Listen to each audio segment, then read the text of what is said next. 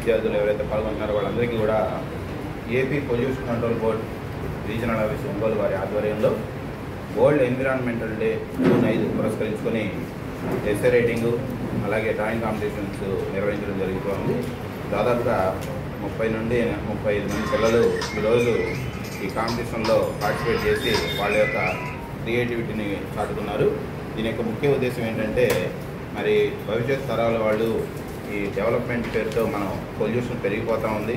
ఈరోజు అకాల వర్షాలకు కానీ తుఫాన్లు విపరీతంగా రావడానికి కానీ లేదా తీవ్రమైనటువంటి కరువు పరిస్థితులు ఏర్పడడానికి కారణం కానీ ముఖ్యంగా ఈ గ్లోబల్ వార్మింగ్ కారణం. అంటే వాతావరణంలో పెంచిమెరిపోతున్నటువంటి కాలుష్యం. మరి భవిష్యత్ తరాల వాళ్ళు మనం అభివృద్ధి పేరుతో అనేక రకాలైనటువంటి పరిశ్రమలు స్థాపిస్తూ ఉన్నాం. అదే సమయంలో కాలుష్యాన్ని నివారించేటువంటి పద్ధతులను మనం మర్చిపోతూ ఉన్నాం. మరి రేపటి పౌరులైనటువంటి ఈ బాలలు వాళ్ళ యొక్క భవిష్యత్తును చక్కగా మలుచుకునేందుకు ప్రత్యామ్నాయంగా అంటే అభివృద్ధి జరుగుతూ కాలుష్యాన్ని తగ్గించేటువంటి విధానంలో మన సుస్థిరమైనటువంటి అభివృద్ధి సాధించాలనేటువంటి ఉద్దేశంతో వాళ్ళలో ఆలోచన రేకెత్తించడానికి ఈ కాంపిటీషన్స్ నిర్వహించడం జరుగుతూ ఉంది. మరి పొల్యూషన్ కంట్రోల్ బోర్డు వాళ్ళు జూన్ 5వ తారీఖున ప్రైజ్ డిస్ట్రిబ్యూషన్ కార్యక్రమం కూడా చేస్తారు.